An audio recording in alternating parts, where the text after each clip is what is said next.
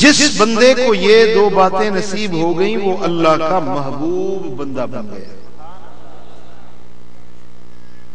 اب دیکھیں قابل توجہ بات ہے، آپ دھیان میری طرف کریں، اپنے دلوں کو حاضر کریں۔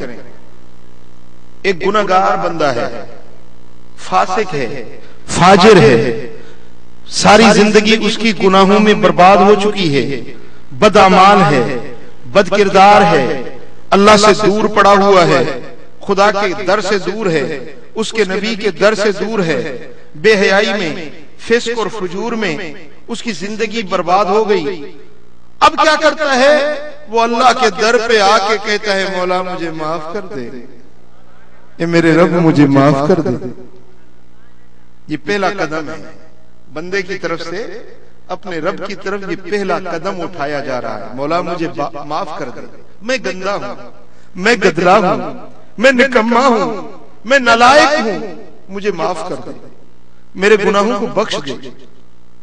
اب یہ توبہ کرتا ہے، صدق کے دل کے ساتھ، خلوص دل کے ساتھ توبہ کرتا ہے، اور اس کی توبہ قبول ہو گئی اور قرآن کا اعلان ہو گیا اب یہ بندہ اللہ کا محبوب بندہ بن گیا۔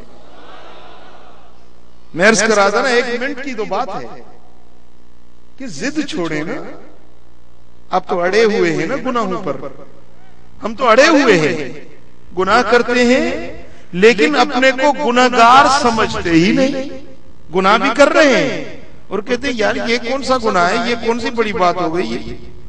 گناہ بھی کرتے ہیں اور گناہ کو گناہ تک تصور نہیں کرتے، یہ دل کے مردہ ہونے کی نشانی ہے۔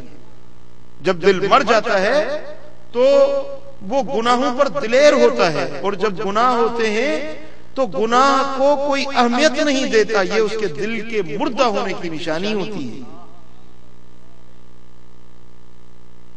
عزیزان گرامی، یہ اللہ سے ملنے کا راستہ ہے جو آپ کو بتا رہا ہوں، یہ مولا کو منانے کا، اللہ کی دربار میں قرب حاصل کرنے کا یہ طریقہ ہے جو آپ کو سمجھایا جا رہا ہے۔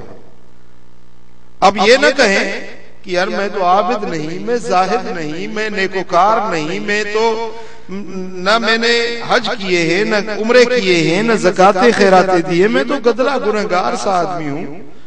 بس بے شک آپ گنہگار صحیح، آج صدق کے دل کے ساتھ توبہ کر لے، ابھی آپ کا نام اللہ کے محبوب بندوں میں لکھ دیا جائے۔ دیر اتنی ہے، دیر اتنی ہے۔ حضرت فاروق اعظم کے دور خلافت میں ایک بندہ ہے جو شراب کی بوتل لیے جا رہا ہے۔ کیا؟ شراب کی بوتل، وہ پینے والا تھا، وہ لے کے جا رہا تھا، مدینہ منورہ کی ایک گلی سے گزر رہا تھا، تو اچانک امیر المومنین خلیفۃ المسلمین سیدنا عمر فاروق رضی اللہ تعالیٰ عنہ سامنے آ گئے، اور عمر وہ ہے جس کے سائے سے بھی شیطان بھاگتا ہے، وہ فاروق اعظم ہے۔ جب اس بندے کی نظر حضرت عمر پر پڑی تو یہ سوچنے لگا کہ مجھے اگر عمر فاروق نے دیکھ لیا تو مجھ پر تو شرعی حد جاری کر دے گا، مجھے تو سزا مل جائے گی، میں تو ایک بڑا گناہ کرنے والا ہوں۔ اب دوستان محترم، وہ کسی مسجد میں نہیں گیا، کسی متبرک جگہ پر نہیں گیا، کسی پیر و مرشد کے دربار خانقاہ آستانے پر دعا منگوانے کے لیے نہیں گیا، راستے میں گلی میں چلتے چلتے وہ دل میں کہتا ہے میرے مولا، اے میرے خالق اکبر، میں آج سے توبہ تائب ہوتا ہوں، کبھی شراب کو ہاتھ نہیں لگاؤں گا، آج مجھے عمر کی سزا سے بچا، میرے مولا میری توبہ کو قبول کر دے، مجھے معافی دے دے، میرے گناہوں کو بخش دے۔ اب وہ دل ہی دل میں اللہ تعالیٰ سے التجا کرتا ہے۔ اب سامنے سے تو عمر آ رہے ہیں اور یہ گلی میں آمنے سامنے ہوئے ہیں، اور دل کی دل میں کہہ رہا ہے میرے مولا مجھے بخش دے۔ بس ابھی اس کی دعا چل ہی رہی ہے تو فاروق اعظم سامنے آ گئے۔ یہ کیا اٹھایا ہے؟ یہ اپنے بغل میں کیا لیے جا رہا ہے؟ کہا حضرت یہ شیشہ ہے. کیا ہے شیشے میں؟ تو اس نے اس کو یقین آ گیا کہ میری توبہ قبول ہو گئی ہے. بے ساختہ بولا اس میں دودھ ہے. جب اس کو دیکھا تو وہ بوتل دودھ کی بھری ہوئی تھی. اب فاروق اعظم پوچھنے لگے کہ یہ بوتل تو شراب کی ہے اور اس میں دودھ لیے جا رہا ہے, یہ کیا ماجرا ہے؟ ابھی اس نے جواب نہیں دیا تو غیبی آواز آتی ہے, عمر اس سے مت پوچھو, یہ میں نے اس کے شراب کو دودھ سے بدل دیا. اس نے راہ چلتے مجھ سے معافی مانگ لی, راہ چلتے مجھے پکار لیا, میرے در پہ گڑ گڑایا اور مجھے التجا کی, اپنے گناہ سے توبہ ہو گیا. تو میں نے اس کی توبہ کو تو قبول کر دیا, لیکن اس کے اس شراب کو میں نے دودھ میں بدل دیا ہے. عزیزان محترم, یہ ہے سچے دل کی توبہ, اللہ کے در پہ آ جانا. کتنی ہماری زندگی گناہوں میں بیت گئی, کبھی سوچا ہے, کبھی غور و فکر کیا ہے کہ ہم کیا کر رہے ہیں؟ عزیزان محترم, اگر آپ تصور کریں اس جہنم کی آگ کا جس میں مجرم کو ڈالا جائے گا, حضور علیہ السلام فرماتے ہیں کہ سب سے کم تر عذاب, چھوٹے سے چھوٹا عذاب جہنم کا یہ ہوگا کہ کسی کو جہنم کی جوتی پہنائی جائے گی, صرف جوتی. اس کو عذاب کے اندر ڈالا نہیں جائے گا, جہنم میں نہیں ڈالا جائے گا. کم تر سے کم تر عذاب یہ ہوگا کہ اس کو جہنم کی جوتی پہنائی جائے گی. تو اس کا یہ دماغ, بھیجا, کلیجا, اس طرح یہ دماغ اس کا ابلے گا جس طرح ہنڈیا کے اندر چاول ابلتے. یہ اس نارے جہنم کی جوتی کا عذاب ہوگا. پھر جس کو اس جہنم کی آگ میں ڈالا جائے تو وہ دنیا والی آگ سے 700 گنا زیادہ گرم ہے, 700 گنا. وہ تپش والی اور گرمی والی ہے. اور جب اس میں مجرموں کو ڈالا جائے گا, جب ان کو جہنم کی عذاب کے اندر ڈالا جائے گا تو آگ جہنم کی اس طرح ان کو پکڑ جائے گی جس طرح کسی سوکھی ہوئی لکڑی کو پیٹرول اس پر گرا کر اس کو تیلی لگائی جائے تو آپ دیکھتے ہیں کس طرح اس کو آگ چمٹ جاتی ہے اور وہ جلتی ہے. آگ جلتی ہے, اس لکڑی کو ایندھن بن جاتی ہے, لکڑی اس آگ کے لیے ایندھن بن جاتی ہے. اس آگ پر, اس لکڑی پر وہ آگ جلتی ہے. لیکن جہنم کے اندر جو آگ جلے گی وہ انسانی جسموں پر جلے گی. آگ دنیا والی لکڑی کو جلا کر کوئلہ بناتی ہے, خاکستر کر دیتی ہے, وہ آگ کا جسم ختم ہو جاتا ہے. لیکن وہ جہنم کی آگ انسانی جسم کو جلاتی رہے گی, لیکن جسم کوئلہ ہو کر ختم نہیں ہوگا, وہ جلتا ہی رہے گا. ایک کھال جل جائے گی تو دوسری کھال مل جائے گی, وہ جل جائے گی تو تیسری کھال مل جائے گی. اس طرح وہ آگ کے اندر جلتا ہی رہے گا. پھر وہ فغاں فریاد کرے گا, میرے مولا مجھے بڑی پیاس لگی ہے, بڑی پیاس لگی ہے, میرے مولا مجھے کوئی ٹھنڈا پانی پلایا جائے. تو حکم ہوگا کہ جاؤ حمیم و غساقہ کا پیالہ اس کو دے دو. حمیم و غساقہ کیا ہوگا؟ جب جہنم والوں کو عذاب دیا جائے گا ان کے بدنوں سے, ان کے جسموں سے پیپ نکلے گا, وہ گندا اور غلیظ اور بدبودار پیپ, اس کو گرم کیا جائے گا, ابالا جائے گا. جب وہ پیالہ اب اس کے سامنے لایا جائے گا تو اتنی اس کی وہ جو بھاپ نکلتی ہے اس میں اس کے منہ کا گوشت سارا گر جائے گا. پھر جب وہ ہونٹوں پر لگائے گا تو اس کا اگلا ہونٹ اوپر والا ہونٹ سوج کر اس کے سر تک سے اوپر چلا جائے گا، نچلا ہونٹ اس کا سوج کر اس کے پاؤں تک جا لٹکے گا.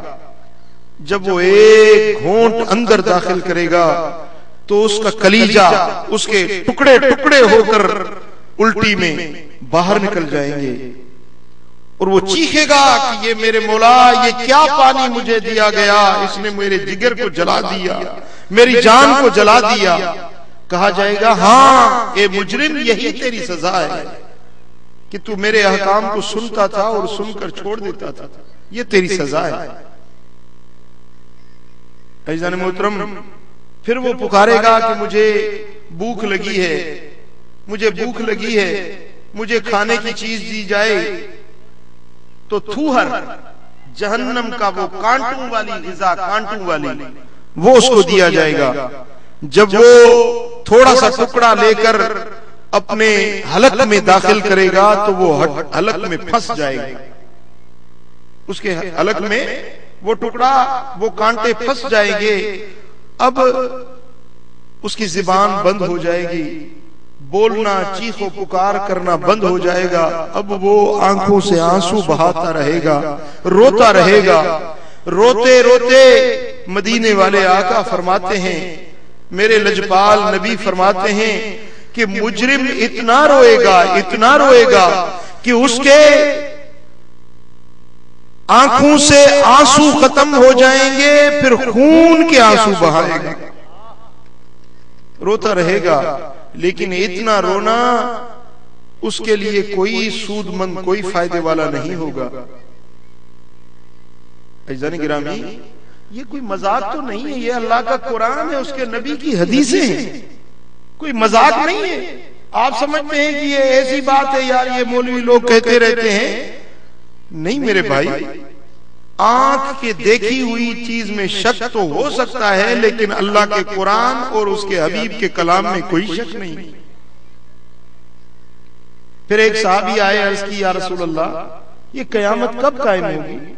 میرے آقا نے فرمایا من مات فقد قامت قیامہ، جو مرا موت آئی اور قیامت چالو ہو گئی، موت آ گئی اور قیامت سٹارٹ ہو گئی، حساب کتاب شروع ہو جائے گا.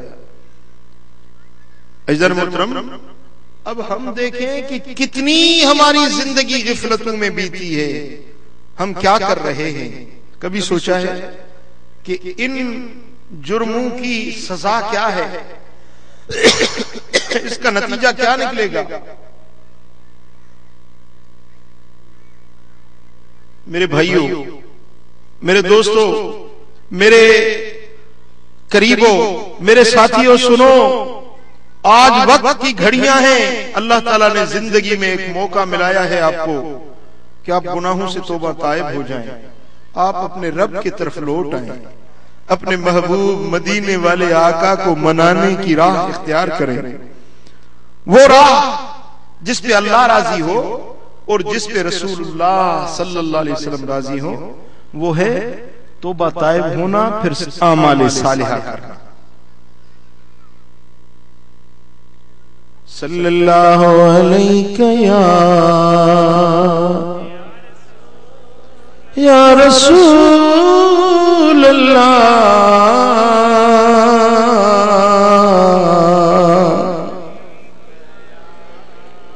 صلی اللہ علیہ یا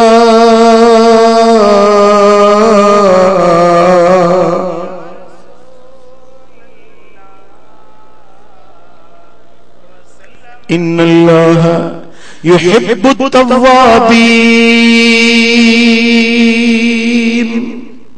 بے شک اللہ ان لوگوں سے محبت کرتا ہے جو اس کے در پہ توبہ طائب ہوتے ہیں. برابر وہ گناہگار تھے، خاطی تھے، مجرم تھے، وہ زندگیاں گناہوں میں برباد کرنے والے تھے، لیکن اللہ کے در پہ لوٹ آئے، اس کے حبیب کا توسل پکڑا، کہنے لگے یا اللہ تجھے تیرے حبیب کا واسطہ، اے میرے مولا میرے گناہوں کو بخش دے، میری خطاؤں کو درگزر کر دے. اب وہ دل کی دل میں پکارتا ہے اور کبھی اپنے گناہوں کو یاد کر کے اس کے آنکھوں میں کوئی آنسو آ جاتا ہے. اور دوستو یہ آنسو بڑی نعمت ہوتے ہیں. یہ آنسو اللہ کے خوف میں، اللہ کے دربار پہ توبہ ہونے میں جو آنسو نکلتے ہیں نا، یہ بڑی نعمت ہوتے ہیں. میرے آقا فرماتے ہیں پوری زندگی ایک آدمی نے گناہوں میں پوری زندگی گنوا دی، لیکن اپنے خطاؤں کو یاد کر کے اتنا رویا کہ اس کے آنکھوں سے اتنا آنسو نکلا جتنا مکھی کا سر ہوتا ہے. مکھی کے سر جتنا آنسو اس کے آنکھوں سے نکلتا ہے تو اللہ تعالیٰ اس کی ساری زندگی کے گناہوں کو معاف کر دیتا ہے. صلی اللہ علیہ یا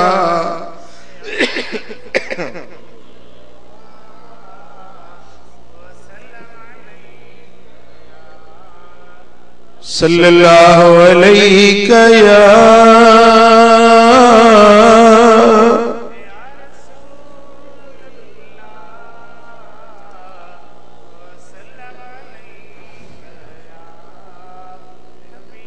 عینان لا تمسہم النار. میرے آقا فرماتے ہیں کہ دو آنکھیں ایسی ہیں جن کو جہنم کی آگ نہیں چھو سکتی. ایک وہ آنکھ عین بکت من خشیت اللہ وعین باتت تہرس فی سبیل اللہ. ایک وہ آنکھ ہے جو اللہ کے خوف میں روتی ہے، جس سے آنسو نکلتے ہیں. اس آنکھ پر دوزخ کی عذاب کو اللہ تعالیٰ معاف فرما دیتا ہے. اور دوسری وہ آنکھ جو اللہ کے راہ میں جاگنے والی آنکھ ہے. یہ رونے والی اور جاگنے والی دونوں آنکھیں اللہ کے عذاب سے مأمون اور حفاظت والی بن جاتی. عزیزان محترم، حضرت سیدہ عائشہ صدیقہ رضی اللہ تعالی عنہا ام المومنین عرض کرتی ہیں یا رسول اللہ، قیامت کا جو حساب اور کتاب کا دن ہے، جس دن ہر ایک سے حساب لیا جائے گا، میرے آقا مجھے بتائیے کوئی ایسے لوگ بھی ہوں گے جو بغیر حساب کے جنت میں چلے جائیں؟ کچھ ایسے بھی ہوں گے جن پر حساب نہ ہو، جن پر پوچھ گچھ نہ ہو، جن سے مواخذہ نہ ہو. میرے آقا نے فرمایا کہ ہاں اے عائشہ سن لے، وہ اللہ کے بندے جو گناہوں کو یاد کر کے روتے ہیں، اللہ کے سامنے معافی مانگتے ہیں، وہ توبہ کرنے والے بندے، وہ رونے والے بندے، وہ بغیر کسی حساب کے جنت میں داخل کر دیے جائیں گے. اے عائشہ، ان لوگوں کا دوزخ میں جانا اتنا مشکل ہے، اتنا مشکل ہے، جس طرح دوہا ہوا دودھ تھنوں میں واپس جانا مشکل ہوتا ہے. اگر دودھ دو لیا جائے تو پھر وہ تھنوں میں واپس جا نہیں سکتا. تو وہ اللہ کے خوف میں رونے والے جہنم میں نہیں جائیں گے، جس طرح یہ دودھ واپس تھنوں میں جانا مشکل ہوتا ہے. عزیزان گرامی، تو اب ہم کیا کر رہے ہیں اور ہمیں کیا کرنا چاہیے؟ یہ محفل، یہ مجلس، یہ ذکر والوں کی محفل اس لیے بلائی جاتی ہے کہ ہم نے جو خطائیں کی ہیں اپنے رب کی دربار پہ معافی مانگ کر اس کے سچے بندے بن جائیں. اس لیے تمہیں بلایا جاتا ہے کہ آؤ مل کر اپنے مولا کریم سے معافی مانگے، اس کے حبیب کو راضی کرنے کی راہ کو اختیار کر لے۔ پھر ہم کتنے بھی گناہگار سہی، بدکار سہی، لیکن جب توبہ طائب ہو جائیں گے تو ہمارا نام اللہ کے دوستوں میں لکھ دیا جائے گا۔ صلی اللہ علیہ یا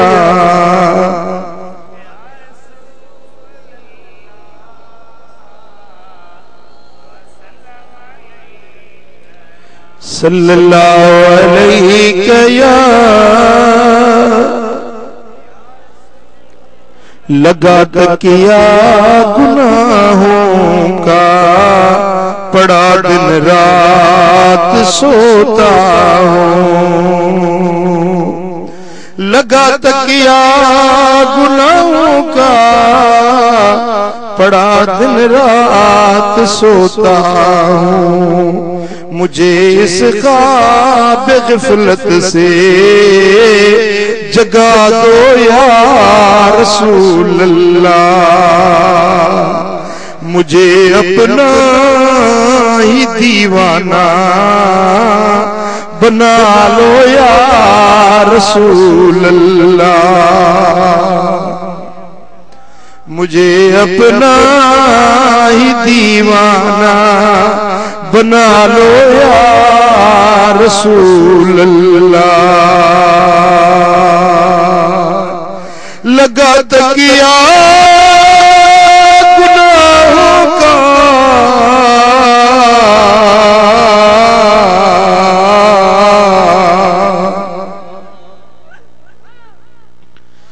لگا تکیا گناہوں کا، پڑا دن رات سوتا ہوں، مجھے اس خواب غفلت سے جگا دو یا رسول اللہ، مجھے اس خواب غفلت سے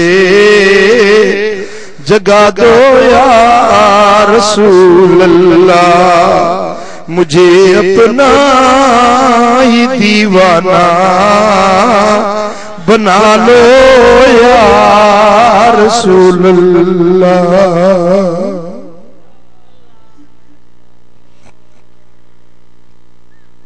عزیزان محترم، وہ بندے جو اپنے گناہوں کو یاد کر کے آنکھوں سے آنسو بہاتے ہیں، رب ذوالجلال فرماتے ہیں میرے فرشتوں دیکھو میرے بندے نے سمجھ لیا ہے کہ میرا رب بخشنے والا ہے، اس لیے تو مجھے پکار رہا ہے، اس لیے تو مجھے پکار کے معافی مانگ رہا ہے، میرے بندے کو پتا چل گیا ہے کہ میرا کریم رب معاف کرنے والا ہے، جب ہی تو مجھے پکار رہا ہے، مجھ سے معافی مانگ رہا ہے، میرے فرشتوں تم گواہ ہو جاؤ میں نے اس کو معاف کر دیا۔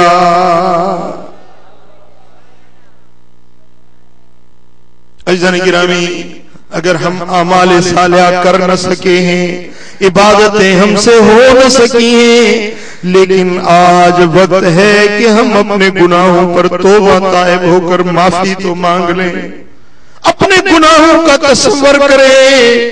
اور آقا فرماتے ہیں کہ اپنے گناہوں کو یاد کر کوئی روتا ہے، اس کے چہرے پر اتنا آنسو نکلتا ہے کہ اس ایک بال کے برابر اس کے چہرے پہ اس کی نمی پہنچتی ہے، اللہ تعالیٰ اس پر دوزخ کی آگ معاف کر دیتا ہے۔ او میٹھا مدنی ماہی میں منا نسجم ستی قسمت ندروں جگا نسجم سونا مدنی ماہی میں منا نسجم او منڈ دی چندری ہوئی میں تا میر الدی رہم سائیں دے لڑن لگم تا میں بھلدی رہم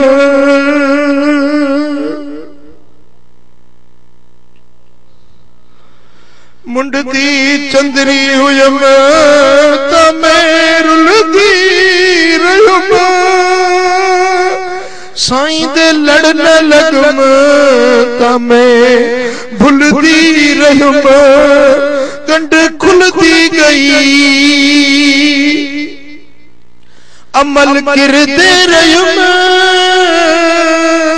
کنڈ کھلتی گئی عمل کرتے رہم پلو خالی تھیا کچھ بچا نہ سکم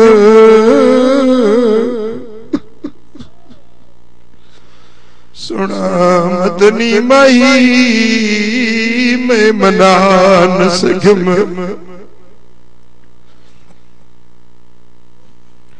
اکھڑا نفس شیطان پھٹ کے چا جڑیاں نیکیاں عمل ڈاکو لٹ جو گیا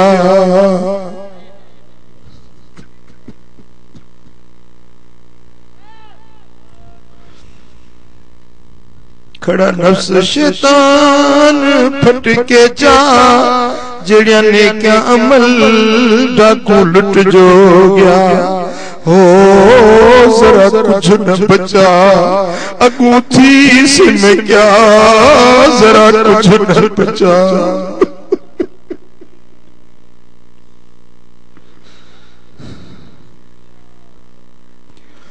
اگوں تھی سے میں کیا ذرا کچھ نہ بچا اگوں تھی سے میں کیا وہ ڈاکو لٹ دے گئے میں اللہ نہ سگم ستی قسمت نندروں وہ جگہ نہ سگم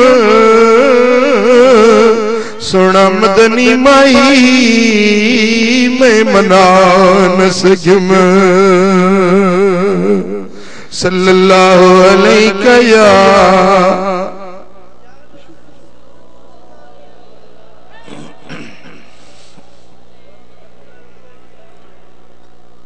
صلی اللہ علیہ یا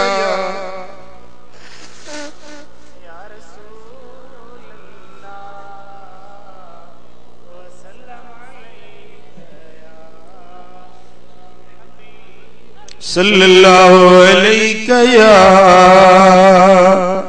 یا رسول اللہ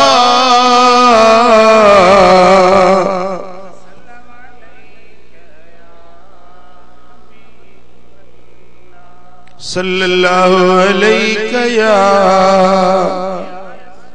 کچھ اشک ندامت کے کچھ ہار درودوں کے کچھ اشک ندامت کے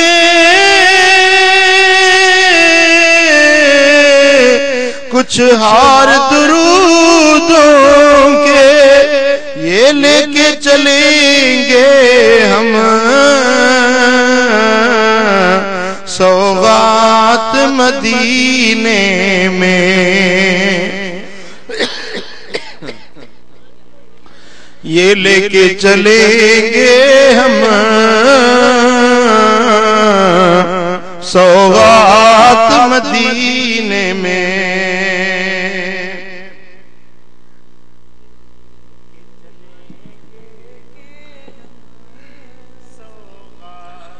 لجپال محمد کی ہے ذات مدینے میں آؤ بھی گناہگارو پہنچو بھی مدینے میں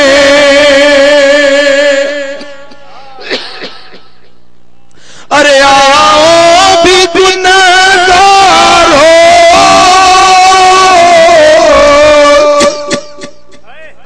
پہنچو بھی مدینے شفاعت کی خیرات مدینے میں بٹتی ہے شفاعت کی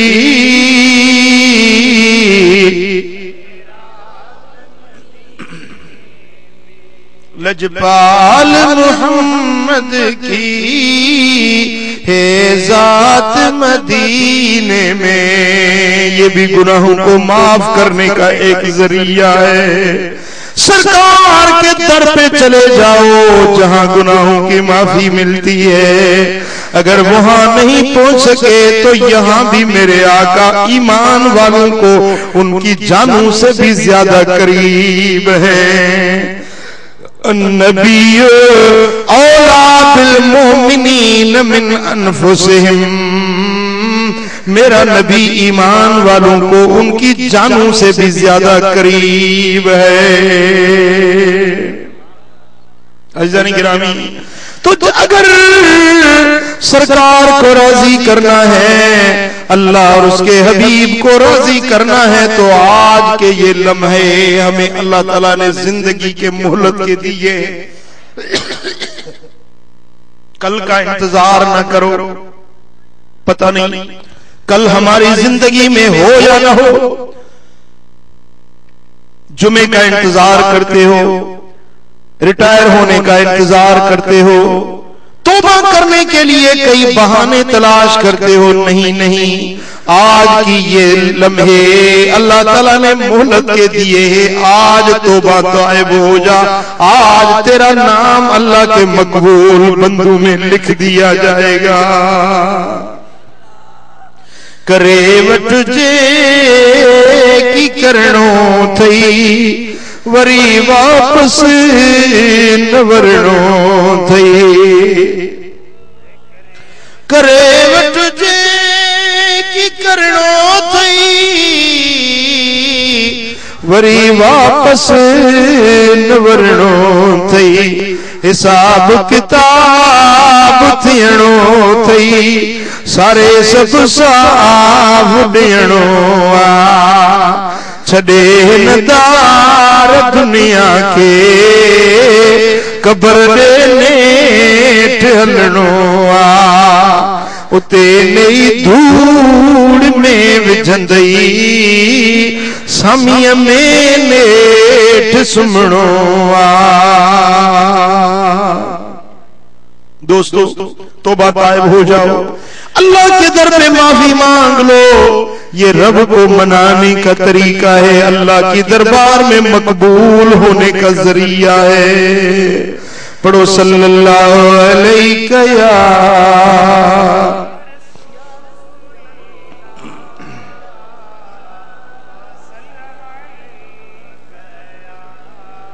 صلی اللہ علیہ یا رسول اللہ.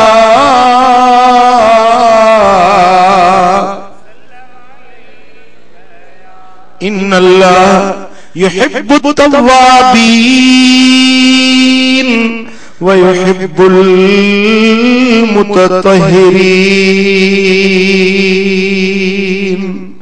اللہ تبارک و تعالیٰ توبہ کرنے والوں سے محبت رکھتے ہیں، اور دوسرے وہ لوگ وَيُحِبُّ اور محبت رکھتا ہے اللہ ان لوگوں سے جو پاکیزہ رہتے ہیں، جو پاک رہتے ہیں، جو پاکیزگی صفائی ستھرائی اختیار کرتے ہیں.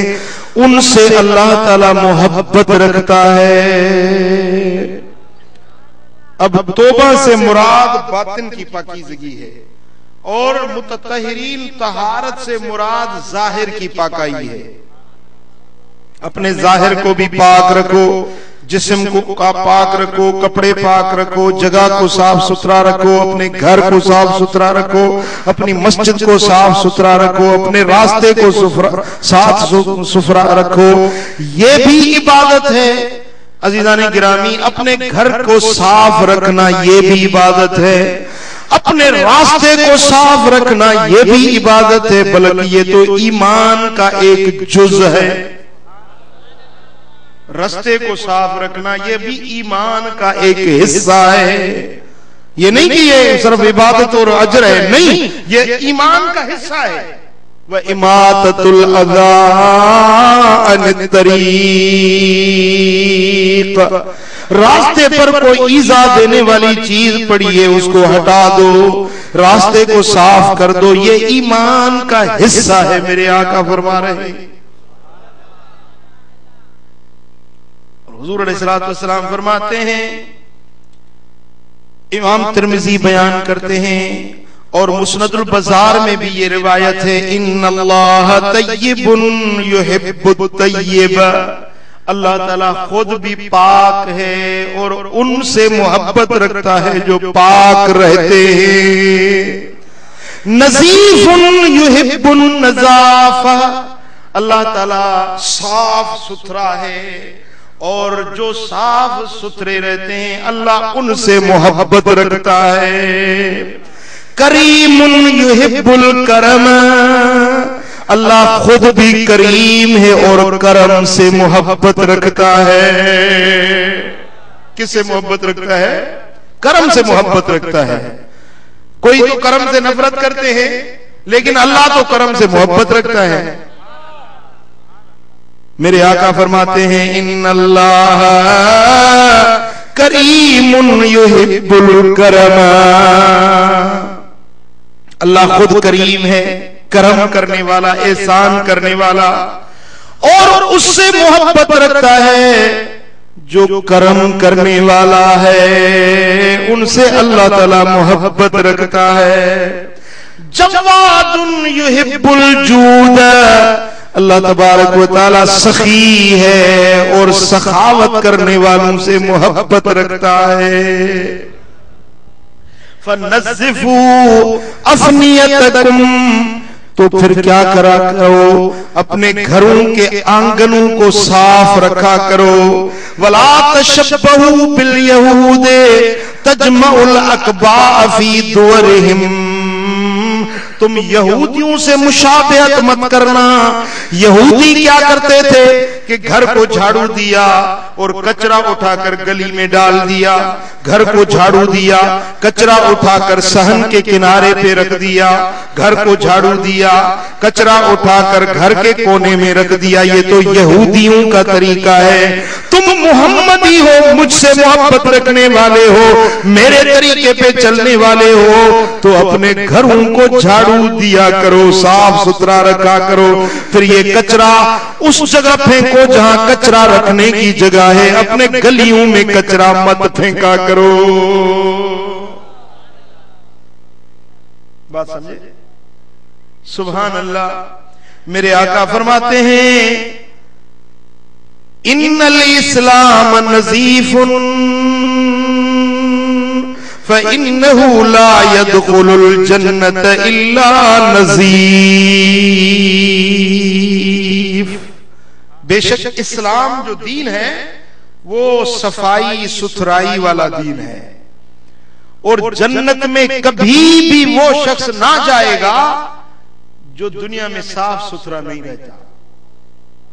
جو صاف ستھرا نہیں رہتا، گدلا میلا کچیلا رہتا ہے، وہ جنت میں کبھی نہیں جائے گا. اب گناہ ہوتا ہے تو دل ناپاک ہو جاتا ہے، دل گندا ہو جاتا ہے. مثلا ظاہری جسم ہے، کپڑے ہیں، کوئی مٹی اٹھا کر لگاؤ تو کپڑا کیا ہو جائے گا؟ میلا ہو جائے گا، گدلا ہو جائے گا، گندا ہو جائے گا. مٹی لگ جائے، تیل لگ جائے، گریس لگ جائے، کچرا لگ جائے تو کپڑا کیا ہوگا؟ میلا ہوگا، گندا ہوگا.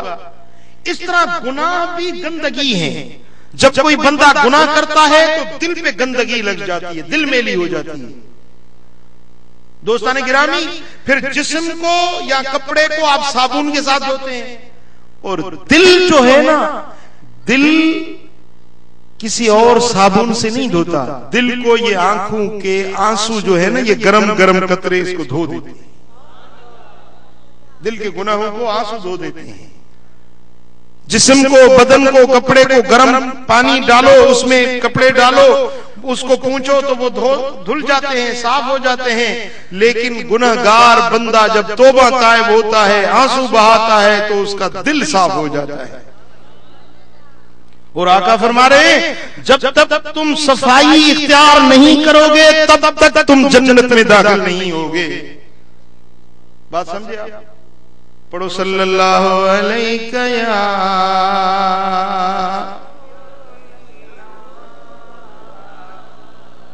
صلی اللہ علیہ یا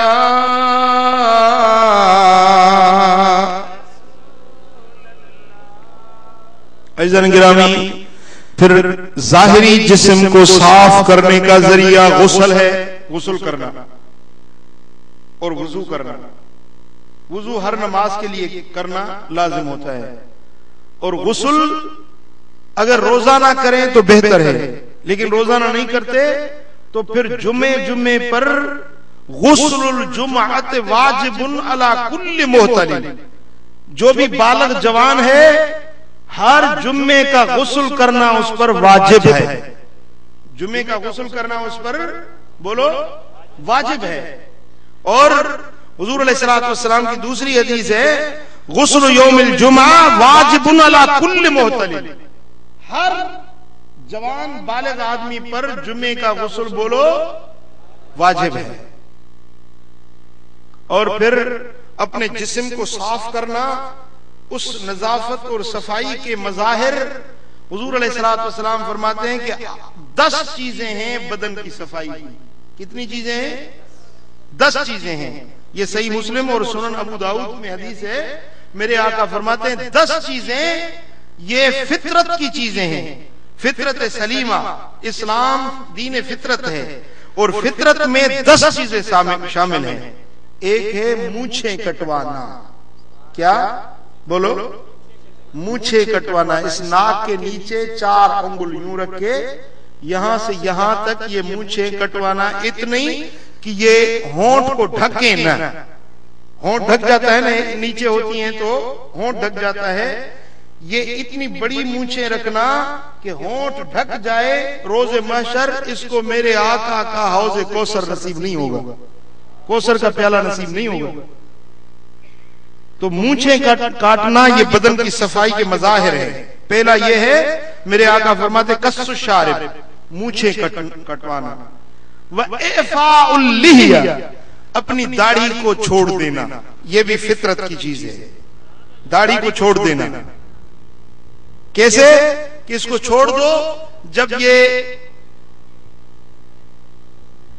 4 انگل سے نیچے بڑھ جائے تو پھر اس کو آپ کینچی سے کاٹ سکتے ہیں۔ 4 انگل ڈوڑی کے نیچے سے 4 انگل تک یہ رکھنا میرے آقا کی سنت ہے اور فطرت سلیمہ میں سے ایک چیز ہے۔ والسواک، اور مسواک دینا۔ تیسری چیز کیا ہے؟ مسواک دینا۔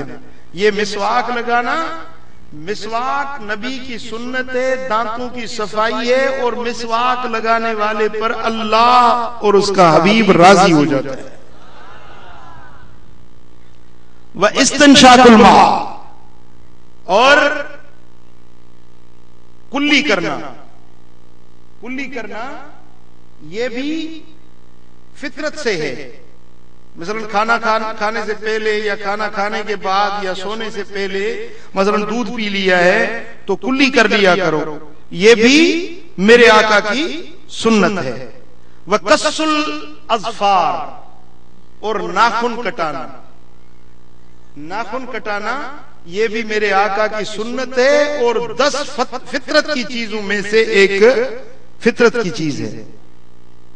اور سن لو، ناخن کاٹنے کا طریقہ کیا ہے کہ جو انگلی سب سے زیادہ اچھی اور شان والی ہے اس سے شروع کرنا ہے۔ کیسے؟ ناخن کاٹنے کا طریقہ کیا ہے، کہاں سے شروعات کرنی ہے؟ جو دونوں ہاتھوں میں سے سب سے اچھی شان والی انگلی ہے ادھر سے شروع کرنا ہے۔ وہ کیا ہے؟ اب دونوں ہاتھوں میں سے فضیلت والا ہاتھ کون سا ہے؟ سیدھا۔ پھر سیدھے ہاتھ کی کتنی انگلیاں ہیں؟ 5۔ اور 5 میں سے کون سی انگلی شان والی ہے؟ شہادت والی۔ یہ انگلی، تو یہاں سے پہلے جب ناخن کاٹتے ہیں نا تو یہاں سے شروعات کریں، اس کے بعد پھر کون سی؟ جو اس کے دائیں طرف ہے، یعنی بیچ والی بڑی، سب سے جو بڑی ہوتی ہے، پھر اس کو کاٹیں، اس کے ناخن کاٹیں، پھر اس کے دائنے والی، پھر اس کے دائنے والی، اب پھر دائیں پر، جیسے یہ آپ دعا مانگتے ہیں نا تو انگلیاں جس طرح قطار میں ہوتی ہیں، اب اس چھوٹی انگلی سے پھر اس چھوٹی بائیں ہاتھ کی چھوٹی انگلی پر آ جائے، پھر اس پر آ جائے، پھر اس کے ناخن کاٹیں، پھر اس کے کلمہ شہادت والی بائیں ہاتھ والی اس کو کاٹیں، پھر انگوٹھے کا، پھر سب سے آخر میں دائنے انگوٹھے کا۔ یہ طریقہ سنت ہے۔ جس طرح آپ یہ دعا کے لیے ہاتھ اٹھاتے ہیں نا تو اشد انگلی سے شروع کریں اور یہ گول گھومتے آئیں، پھر آ کر انگوٹھے پر ختم کریں۔ یہ طریقہ ہے ناخن کاٹنے کا۔ اور پاؤں کے دائیں پاؤں کی سب سے چھوٹی انگلی جو ہے چھنگلیا، اس سے شروع کریں اور بائیں پاؤں کی چھنگلیا پر ختم کریں۔ جس طرح یوں پاؤں دونوں رکھتے ہیں نا تو ادھر سے شروع کریں، پھر یہ کاٹتے کاٹتے آخری یہاں پر ختم کریں۔ یہ پاؤں کے ناخن کاٹنے کا اسلامی طریقہ ہے۔ اور حضور علیہ الصلوۃ والسلام فرماتے ہیں وغسل البراجم، یہ جو ہاتھوں کے پور ہوتے ہیں نا، انگلیوں کے پور ہوتے ہیں، ان کو دھونا یہ بھی فطرت کی چیز ہے۔ ان کو دھونا، کیونکہ جب آدمی کام کاج کرتا ہے نا، مٹی والے کام جو کرتے ہیں تو ان جگہوں پر مٹی جم جاتی ہے، تو اس کو کھرچ کے صاف کرنا، ان کو دھونا، یہ بھی فطرت کی بات ہے۔ اور بغلوں کے بالوں کو نوچنا، یہ بھی فطرت سلیمہ سے ہے۔ اور زیر ناف کے جو بال ہیں وہ لینا، یہ بھی سنت ہے۔ اور پانی بہانا، اپنے جسم پر پانی بہانا، یہ 10 چیزیں ہو گئیں جو فطرت سلیمہ میں سے ہے۔ اور دوستان محترم، جب آپ ان باتوں کو یاد کرنا چاہتے ہیں تو یاد کر لیں اور ان پر عمل کرنے کی کوشش کریں۔ اللہ تبارک و تعالی جل شانہ ہمیں عمل کرنے کی توفیق عطا فرمائے۔ اور حضور علیہ الصلوۃ والسلام فرماتے ہیں کہ کان رسول اللہ صلی اللہ علیہ وسلم یأمر بدفن 7 اشیاء من الانسان، انسان کے جسم سے 7 چیزوں کو دفن کرنے کا رسول اللہ صلی اللہ علیہ وسلم نے حکم دے دیا۔ 7 چیزوں کو دفن کرنے کا میرے آقا نے حکم دے دیا ہے۔ اپنے جسم کی 7 چیزوں کو بولو کیا کرنا ہے؟ کتنی چیزیں؟ کیا کرنا ہے؟ 7 چیزوں کو دفن کرنا ہے۔ کون سی؟ بال، پھر چاہے سر کے بال ہوں، چاہے مونچھوں کے بال ہوں، چاہے داڑھی کے بال ہوں، چاہے زیرناف کے بال ہوں، چاہے بغلوں کے بال ہوں۔ جب وہ آپ بال لیتے ہیں نا تو ان بالوں کو یوں پھینکا نہ کرو، ان کو جمع کر کے کہیں دفن کر لیا کرو۔ یہ رسول اللہ صلی اللہ علیہ وسلم کا امر ہے۔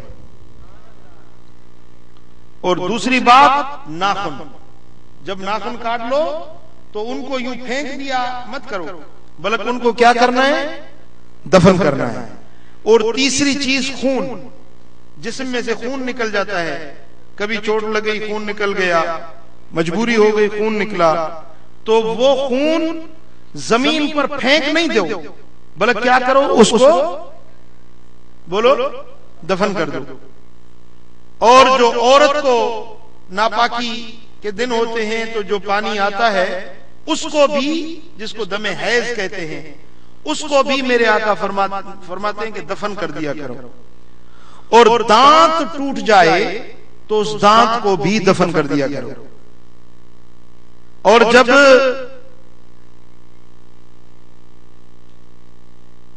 اپنا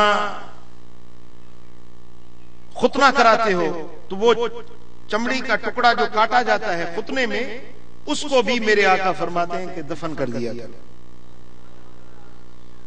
اور بچہ جب پیدا ہوتا ہے، 7ویں چیز ہے، بچہ جب پیدا ہوتا ہے تو اس کے ساتھ جو کچھ نکلتا ہے بچے کے ساتھ، اس کو بھی دفن کر دیا کرو.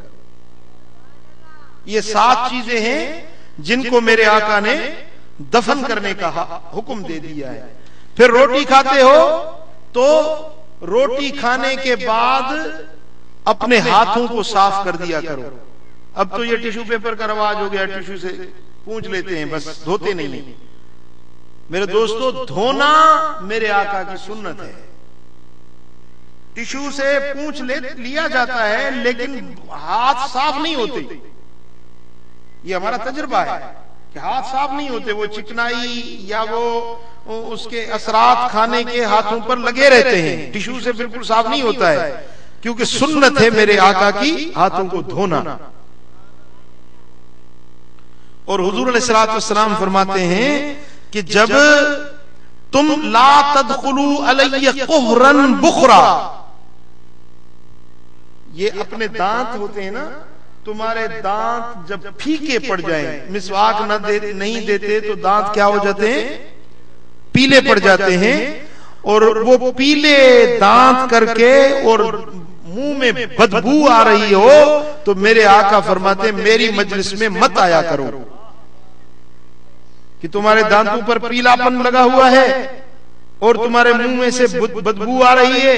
نہ تو تم وضو کرتے ہو، نہ کلی کرتے ہو، نہ اپنے دانتوں کو مسواک کرتے ہو، اس طرح میری محفل میں چلے آتے ہو. میں تمہیں منع کرتا ہوں کہ میرے محفل میں اس طرح مت آیا کرو. اب دیکھو حضور خود نظیف ہیں اور نظافت، صفائی، ستھرائی، پاکائی کو کس طرح حضور پسند فرما رہے ہیں. عزیزان محترم، تو حضور علیہ الصلوۃ والسلام فرماتے ہیں پھر اپنے کپڑوں کو صاف رکھا کرو. بولو کس کو؟ ان من کرامت المومن اللہ نقاء ثوبہ ورضاہ بالیسیر. میرے آقا فرماتے ہیں کہ مومن بندے کی عزت کی بات یہ ہے، مومن بندے کی عزت اس بات میں ہے کہ اس کے کپڑے صاف ستھرے ہوں. بولو کیا ہوں؟ کپڑے صاف ستھرے ہوں، اور جو کچھ تھوڑا مل جائے اس پہ راضی ہو جائے. یہ مومن کی شان ہے. مومن کی شان کیا ہے؟ کہ جو کچھ تھوڑا مل جائے اس پر اللہ سے راضی ہو جائے. اب ہم میں سے بہت سارے ایسے ہیں جو تھوڑے پہ راضی نہیں ہوتے. جی تھوڑے پہ راضی نہیں ہوتے، لیکن مومن بندہ وہ ہوتا ہے جو تھوڑا مل جائے اس پر راضی ہو جاتا ہے. اور دوسری علامت یہ ہے کہ مومن بندے کے کپڑے صاف ستھرے ہوا کرتے ہیں. اب میلے کچیلے کپڑے، گندے، پسینے کی بو آ رہی ہے، اللہ کو یہ بندہ پسند نہیں. اور اس لیے حکم ہے کہ اپنی شلوار کو لٹکتا ہوا مت چھوڑو کہ وہ زمین پہ گھسٹتی ہوئی جائے، اس طرح مت کیا کرو. ٹخنوں سے اوپر اپنی شلوار کو ٹخنوں سے اوپر رکھا کرو. یہ پاکیزگی ہے. جسم کی پاکیزگی میرے آقا نے بتائی، اور کپڑوں کی پاکیزگی میرے آقا نے بتائی، راستوں کی پاکیزگی میرے آقا نے فرمائی. پھر آپ فرماتے ہیں اپنی مسجدوں کو صاف ستھرا رکھو، اپنے راستوں کو صاف ستھرا رکھو. ان اللہ یحب التوابین ویحب المتطہرین. جو پاکیزہ ہوتے ہیں، جو توبہ طائب ہوتے ہیں اور جو پاکیزہ رہتے ہیں، یہ لوگ اللہ کے محبوب بندے بن جاتے ہیں.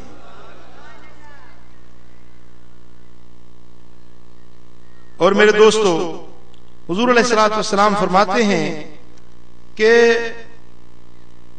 اردت علی امتی باعمالها حسنہ وسیئہ فرأیت فی محاسن اعمالها الاذى ينحى عن الطریق. میرے آقا فرماتے ہیں مجھے میری ساری امت دکھائی گئی. تھک گئے آپ؟ بولو.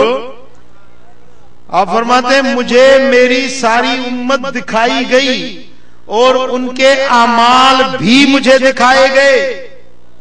تو جب میں نے اپنی امت کو دیکھا اور ان کے اعمال کو دیکھا تو فرأیت فی محاسن اعمالها، میں نے اپنی امت کے اچھے اعمال دیکھے اور برے اعمال بھی مجھے دکھائے گئے. تو آپ فرماتے ہیں اچھے سے اچھا عمل، اچھے سے اچھا عمل، اچھے سے اچھا عمل. میں نے یہ دیکھا کہ راستے سے کوئی ایذا دینے والی چیز، کوئی گندگی، کوئی غلاظت، کوئی کانٹا، کوئی پتھر، کوئی لکڑی، کوئی کانٹے والی ٹہنی درخت کی وہ ہٹا دی. اس سے بہتر میں نے اچھا عمل اور نہیں دیکھا.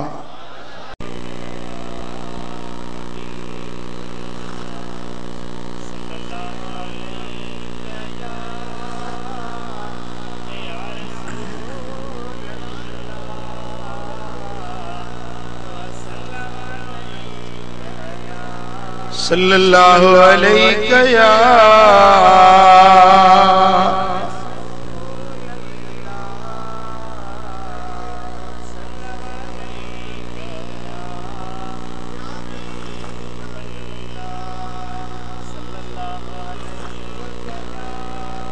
بھئی. اب آپ یہ اپنی عادت بنا لیں، آپ اپنی یہ عادت بنا لیں کہ ایک تو روزانہ توبہ طائب ہوتے رہے. توبہ ہونے کی صورت یہ ہے کہ استغفار پڑھا کریں. کیا؟ روزانہ 200 مرتبہ استغفار پڑھے. استغفر اللہ تعالی ربی من کل ذنب واتوب الیہ. یہ توبہ ہونا ہے، یہ استغفار پڑھنا ہے، یہ گناہوں کی معافی مانگنا ہے. یہ استغفار پڑھنا تمہارے قلب اور باطن کو پاک بنا دے گا. روزانہ 200 مرتبہ بولو استغفار پڑھنی ہے. اور یہ عادت بنا لو کہ اپنے جسم کو صاف رکھو، اپنے بدن کو صاف رکھو، اپنے کپڑوں کو صاف رکھو، اپنے دفتر میں جہاں نوکری کرتے ہو اس دفتر کو صاف رکھو، اپنے گھروں کو صاف رکھو، اپنے بچوں کو صاف رکھو، اپنی ٹیبل ہے، میز ہے، الماری ہے، گھر ہے، اس کو صاف رکھو، اپنا پٹکا صاف رکھو، اپنے کھیسے، اپنے جیب کو صاف رکھو. اب دیکھیں نا، میں دیکھتا ہوں بعض لوگ جیبوں میں اتنے سارے کاغذ لیے پھرتے ہیں، جیب بھرے ہوتے ہیں. پھر کوئی کاغذ نکالنا ہوتا ہے تو وہ سارے نکالتے ہیں. اب دیکھنے والا دیکھتا رہتا ہے یہ کیا کر رہا ہے. بہت سارے لوگوں کو میں نے یہ عادت دیکھی ہے، جیبیں بھری ہوئی رکھتے ہیں. بھائی ایسے کاغذ بے سود اٹھانا کیا فائدہ ہے؟ ہو سکتا ہے کہیں گر جائے، کہیں آپ بھول جائیں، کوئی ضروری کاغذات ہوتے ہیں کہیں گم نہ ہو جائیں، کھو نہ جائیں. تو اس لیے اپنے جیبوں میں ضروری چیز رکھو، فالتو چیزوں سے اپنے جیبوں کو صاف رکھو، اپنے آنکھوں کو صاف رکھو. وضو کرو تو اس طرح یہ یہاں پر یہ جمع ہو جاتا ہے نا گندگی، اس کو صاف کر لیا کرو. اس طرح اپنے دانتوں کو صاف رکھو، اپنے ہاتھ کے جوڑوں کو، پوروں کو صاف رکھو.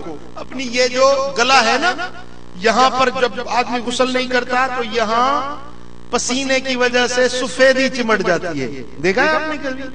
کپڑوں پر بھی سندھی میں چاہتا ہے کلر لگی گئی اچھو. یہ جو صفائی نہیں کرتے ہیں نا تو اللہ کو یہ بات پسند نہیں ہے. اب یہ دین میں شامل ہیں یہ چیزیں. آپ کہیں گے یار یہ کون سی تقریر کر رہے ہیں ذاہی، تو یہ میں قرآن اور حدیث سنا رہا ہوں آپ کو. یہ ہمارے دین کا حصہ ہے، یہ ہمارے دین کا حصہ ہے. صحابہ کرام کو جب حضور علیہ السلام دین کی باتیں سکھاتے تھے، پھر یہ معاملات بھی سکھاتے تھے، تو کفار مشرکین لوگ کہتے تھے یار دیکھو یہ کیسا نبی ہے کہ اپنے صحابہ کو تہمند باندھنا بھی سکھاتا ہے، تہمند باندھنا بھی اپنے غلاموں کو سکھاتا ہے. تو دین کی باتیں سیکھو اور ان پر عمل کرو. آج کا یہ سبق ہے نظافت، صفائی اور ستھرائی رکھنی ہے. اندر کی بھی صفائی اور باہر کی بھی صفائی. بس یہ ایسا عمل ہے اگر آپ نے عمل کر لیا تو آپ اللہ کے محبوب بندے بن جائیں گے. اللہ تبارک و تعالی ہم سب کو عمل کرنے کی توفیق عطا فرمائے. انشاءاللہ بھی نماز پڑھیں گے اور پھر لنگر ہوگا. اس کے بعد آج رات انشاءاللہ درے جی میں جلسہ ہے.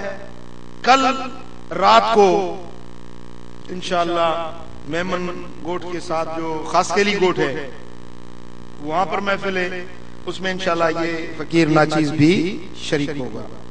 اس سے جو اگلی رات ہوگی وہ انشاءاللہ نوری آباد میں جلسہ ہوگا.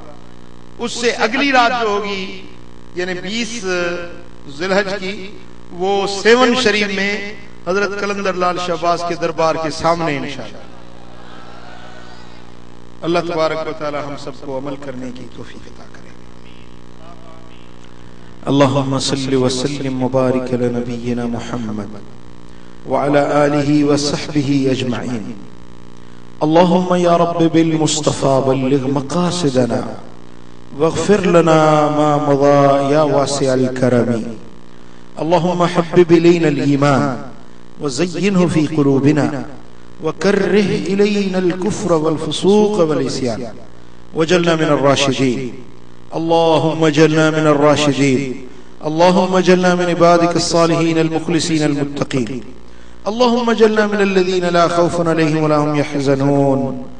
یا اللہ اس ساری جماعت پہ راضی ہو جا, ہمارے گناہوں کو معاف کر, ہماری خطائیں درگزر فرما, اپنے حبیب کی محبت عطا کر, اپنے حبیب کا عشق عطا کر, سنت و شریعت پر عمل کرنے کی توفیق عطا کر. یا اللہ ہم سب کو مدینہ منورہ کی حاضری نصیب کر. ان اللہ و ملائکتہ یصلون علی النبی یا ایھا الذین آمنوا صلوا علیہ وسلموا تسلیما.